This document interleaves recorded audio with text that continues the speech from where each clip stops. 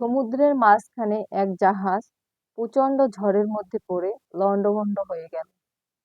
সেই জাহাজে বেঁচে যাওয়া এক যাত্রী ভাসতে ভাসতে এক নির্জন দ্বীপে এসে পৌঁছালো। জ্ঞান ফেরার পর প্রথমেই সে আল্লাহর কাছে প্রাণ খুলে ধন্যবাদ জানালো তার জীবন বাঁচানোর জন্য। প্রতিদিন সে দ্বীপের তীরে এসে বসে থাকতো, যদি কোনো জাহাজ সেদিকে আসে সেই আশায়।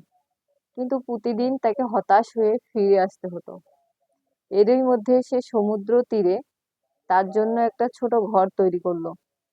সমুদ্রের মাছ ধরে এবং বন থেকে ফলমূল শিকার করে সে বেঁচে থাকলো।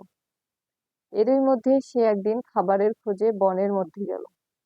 বন থেকে সে যখন ফিরে এলো, তখন সে দেখলো যে তার রান্না করা চুলা থেকে আগুন লেগে পুরো ঘরটি ছাই হয়ে গিয়েছে এবং তার কালো ধোঁয়ায় আকাশ ভরে গিয়েছে।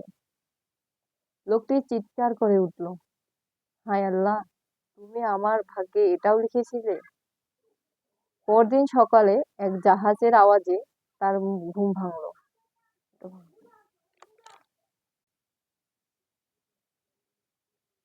হায় আল্লাহ, তুমি আমার ভাগ্যে এটাও রেখেছিলে। পরদিন সকালে এক জাহাজের আওয়াজে তার ঘুম ভাঙল। জাহাজটি সেই দ্বীপের দিকে তাকে উদ্ধার করার জন্যই আসছিল। সে অবাক হয়ে বলল, তোমরা কিভাবে জানলে যে আমি এখানে আটকা পড়ে আছি? জাহাজের ক্যাপ্টেন জানালো, তোমার জ্বালানো ধোঁয়ার সংকেত দেখে। এখান থেকে শিক্ষা নিতে হবে, কোনো কিছুতে হতাশ হওয়া যাবে না। আল্লাহ ঠিক কোনো না কোনো ব্যবস্থা করে রেখেছে তোমার জন্য। ভিডিওটা এই পর্যন্তই। যদি ভালো লাগে অবশ্যই লাইক, কমেন্ট এবং শেয়ার দিয়ে পাশে থাকবেন।